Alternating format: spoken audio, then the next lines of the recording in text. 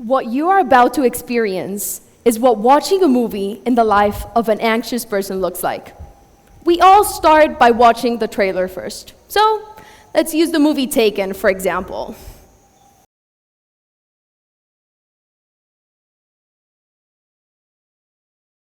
Good luck. No, I can't watch this anymore. I need to know what happens. Let's see, does the dad from Taken find his daughter? Let's see, I hope so, so I can watch the rest of it. Let's see. Okay. After some time, Brian, okay. Oh, okay. Brian finds Kim in an auction. Okay. Now I can watch the rest of Eat Peacefully. I am so sorry if I gave you too much anxiety watching this.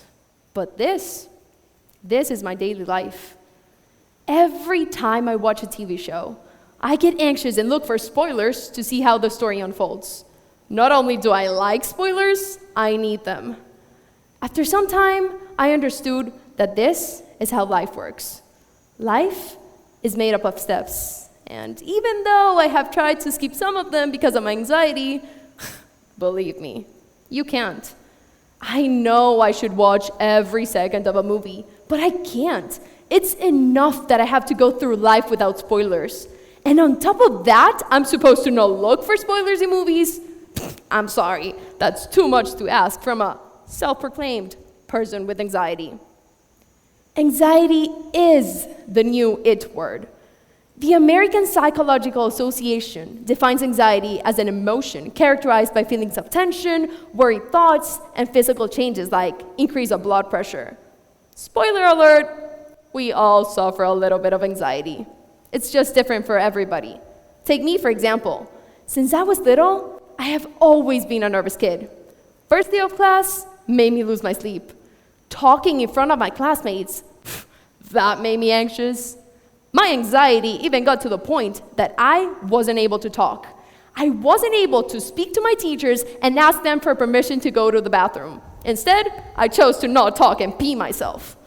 How did I went from peeing myself to giving a TED Talk? Over the years, I've developed some tips that have helped me understand how to live a life with anxiety, and I am honored to share with you these 4 tips. Tip number 1, take a chill pill. This is the most common word people use nowadays. It is so easy to say like, hey, take a chill pill, but very hard to get done. Look at me. I am standing here right now talking to you about how to take a chill pill and how to live a life with anxiety while my mind is 3 weeks ahead thinking of all of the things I need to do. That chill pill stands for no need to hurry, one step at a time. But whenever that chill pill doesn't work, I use the typical tip, the tip everyone has heard about, the tip you literally cannot live without. Drum roll please for tip number 2. Breathe in, breathe out. Breathing is everything. Breathing exercises can help your mind and body get control of difficult situations. They only take a few seconds and boom, they help you reduce your stress. I am not a certified expert to give you the exercises, but I can probably say that yes, they do work. But when breathing doesn't work, the gym rat comes in, and that's tip number 3. Exercise can help you clear your mind. It gives you endorphins. Endorphins make you happy, and happy people deal better with anxiety, so be the gym rat. I remember being in 8th grade, playing soccer and being the happiest I have ever been. 9th grade comes in, and I decided to quit my soccer team. And I thought that soccer was taking away so much of my time, just to find out that it was an outlet to calm the anxiety that I had. It wasn't until 11th grade when I realized that I not also wanted, but I needed it. Find the exercise that helps you. It can be Zumba classes, it can be tennis, it can be basketball, and even soccer. Start moving your body so you can stop moving your mind so much. But when you don't feel like exercising, you can always use my last but not least, my 4th tip. Make a plan. This is what a to-do list with a person with anxiety looks like. I write down everything. Writing down about the list of things I'm anxious about oddly calms my anxiety for a second, until it gives me more anxiety because of all of the things I need to do. But if your anxiety returns, don't worry, because you have either taken action or have a plan in place. If you don't stick to your plan, don't be disappointed.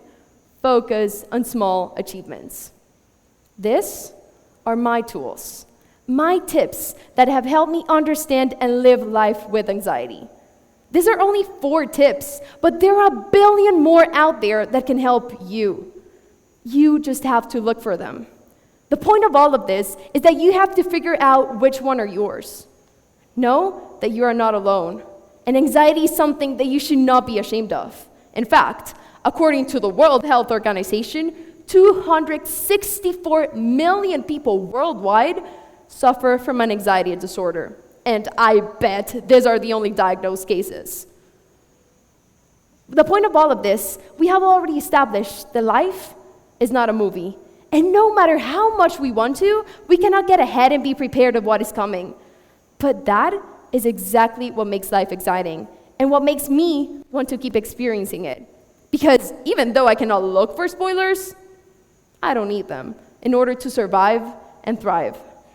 And even though this all started as a guide for you to understand life with anxiety, I have realized that it was me that needed this reminder. So now, I can proudly say, Andrea, spoiler alert, stop trying to look for spoilers in your life. Thank you.